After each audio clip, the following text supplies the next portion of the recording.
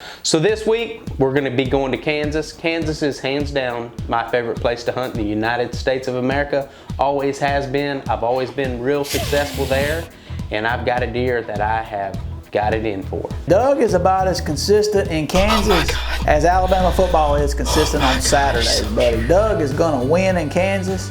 He's going to kill a big deer, and I can't wait to sit back and watch this episode. And hey, let the big deer footage roll. Kansas, here we come. Since the dawn of time, man's had this fire inside, it still burns in us today. Unbelievable. Look at what it is. Laying low and hunting high, 24/7, 365. It's a stick and string, lead and powder revival. This is the rival. Man, I'm so tore up. I can't even talk right now. So I'm one of these guys that once I get a deer on my mind, once I get him in my head, I just get extremely focused on that one particular deer. A lot of times there may be two deer I'm after. Last year, there was two deer that I was after. There was the Pipeline 9, which I ultimately ended up getting an arrow in, and then there was Bailey. So this deer Bailey that I had all of my efforts set forth for in 2018 was a deer that I had an encounter with last year. The problem with that was Eli and I both had already filled our tag.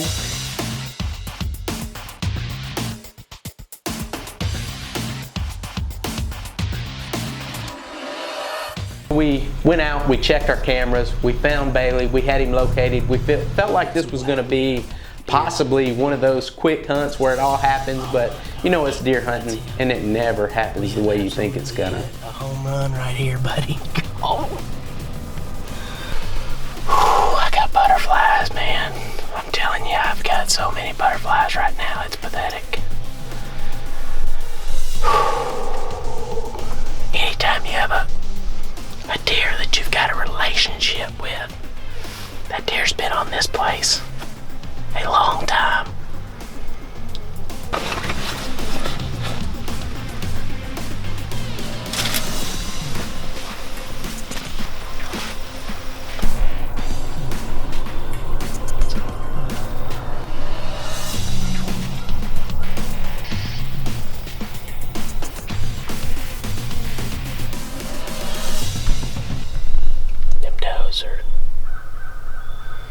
Them does just, they're not far. That little buck is running them all over that field right there. This could be a good or bad thing.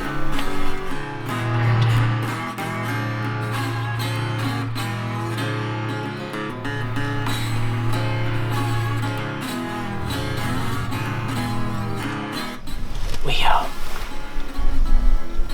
just saw a bird deer walking through the woods, but he was flying.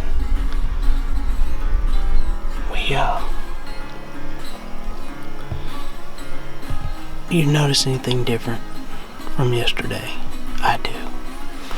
I've got on the rival killing hat. That's that hat I had on when I killed the deer, the mule deer. And I've been messing around with a different hat. This hat was jealous. We've been having nothing but bad luck. And now we're gonna have some good luck today.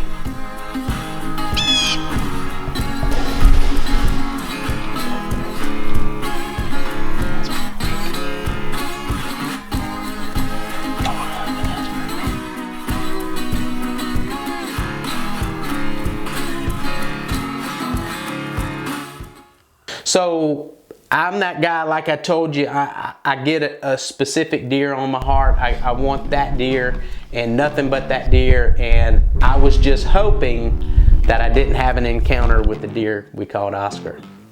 We've got overhead moon at about 9:30, something like that. 9:45, it don't matter. We're gonna stay here a pretty good while anyway, and we've got quite a bit of activity in the morning.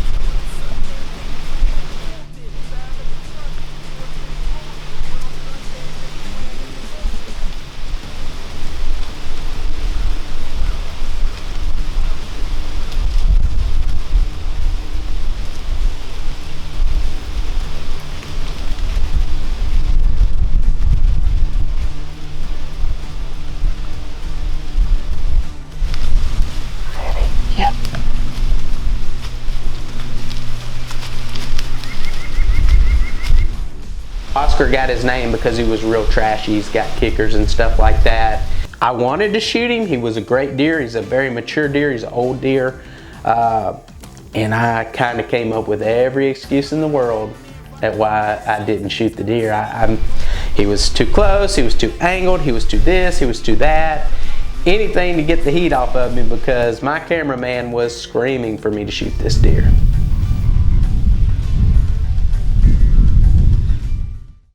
If you are in the market for a blind, you have finally found an affordable, comfortable blind without compromise.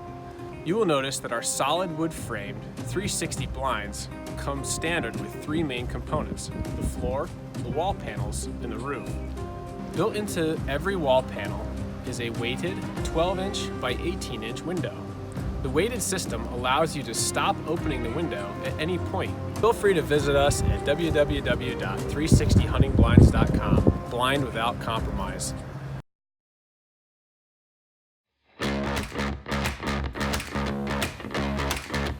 So anytime that you decide that you're gonna shoot one deer, you've got to be all in. It's like anything else. If you're gonna go after one particular deer, you have to go all in that you could possibly eat your tag at the end of the year if you don't get him. I'm gonna do a HS sense, like in the old days, like a tornado would come through and knock them out of their blind, and they'd be like, "Well, we're not hunting right now. A tornado came through, knocked us out of our blind." Like they're always happy. You gonna tell everybody how smart we are? We're smart. We went and sat out in a tree stand in the rain. We got drenched. Now we're riding around trying to let the defrost everything, and it's still raining, and we haven't seen any deer, and we have nothing on camera. Oh, that's my HS sense.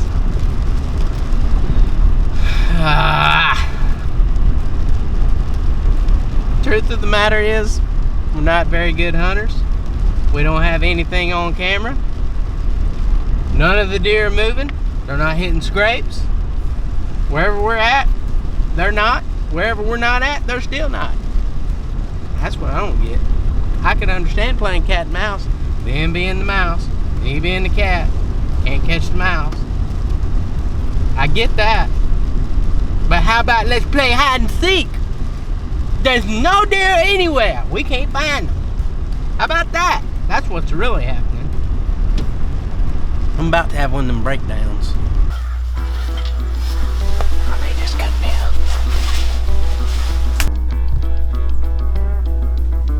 Oh, and the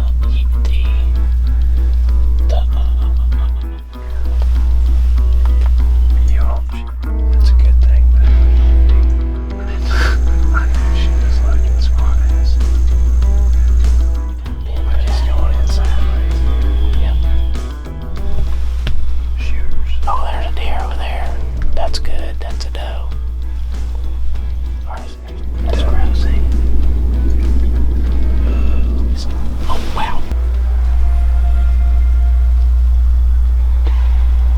We're sitting in the blind, and I look up and I see this really, really big buck.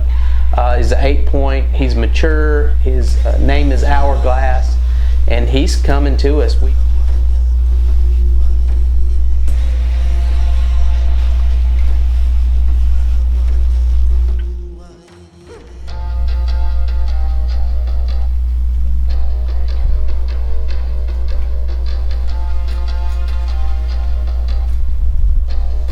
So he finally comes in, he jumps the fence, and I've got a decision to make. Well, he ended up making that decision for me.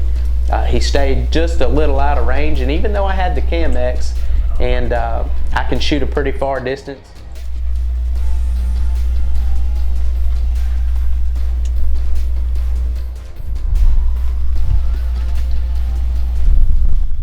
so I have already worn out my cameraman. Like everybody's like, I have to have a break. We had been at it for a solid month, counting Montana, and now we're in Kansas. We've been in Kansas somewhere around 18 days, and cameraman's gone. I've got to do this on my own. Like I say, I'm really stubborn. And when I get a deer on my mind, I will do whatever I have to do to get him.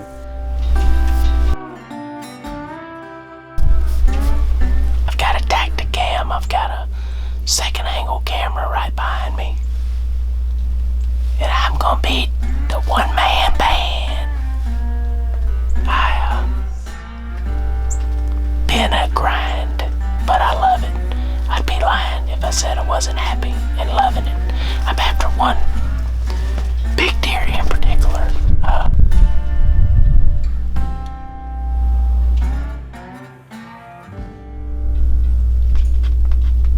Undoubtedly, I picked the right spot because there were deer literally coming from every direction, everywhere. I knew I had a hot doe right in the area, and I knew it was a matter of time before Bailey could possibly show up.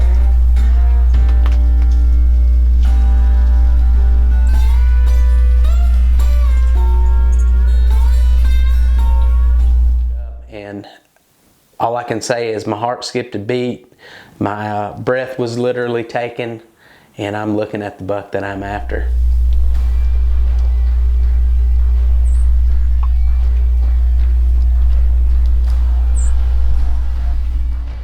Here comes this doe, and I know it's the hot doe. And I'm staring over there looking at that doe, and I just see a rack, and I swing the camera over, and the doe starts heading my way, and Bailey comes in pretty hot.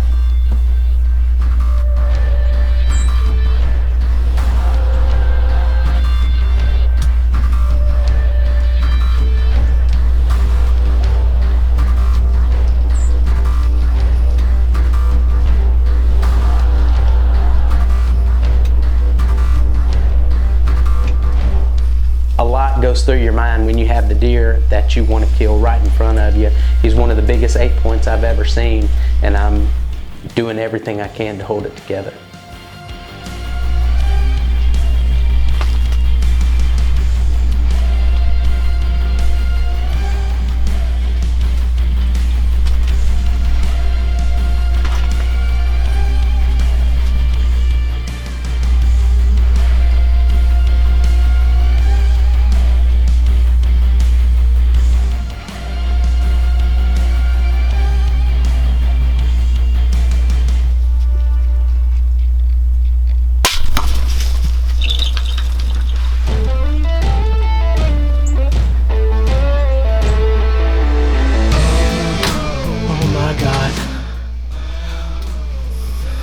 Oh my God, I just shot Bailey.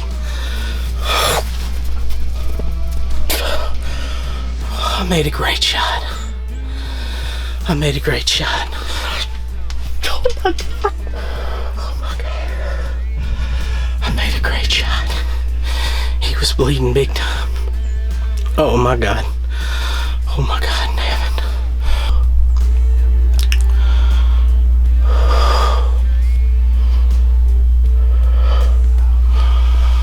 I hate to leave a deer overnight, even if the weather's super cold, and the reason why is because you have the coyote factor. But I knew what I had to do, and I knew I was going to have to leave him till the next day. You think I'm gonna be sleeping tonight? You crazy. There'll be no sleep here. I was super excited to find good blood. I started the trail. It didn't take long, and he had went about 300 yards. But super good blood trail, and ended up walking up on the deer that I had been after for a couple years.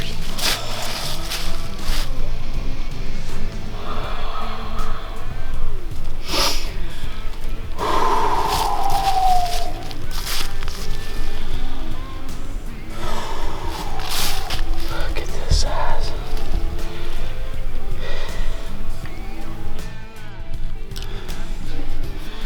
Look at that buck, man.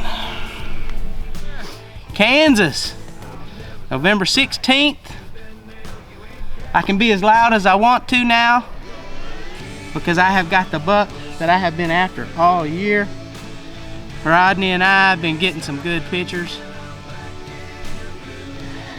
I can't say enough. Look at this guy. Look at that. Would you just look at him? You had to look at it. The story of Bailey has now come to an end. Eli and I both had a great year in Kansas. Bailey was the ultimate rival.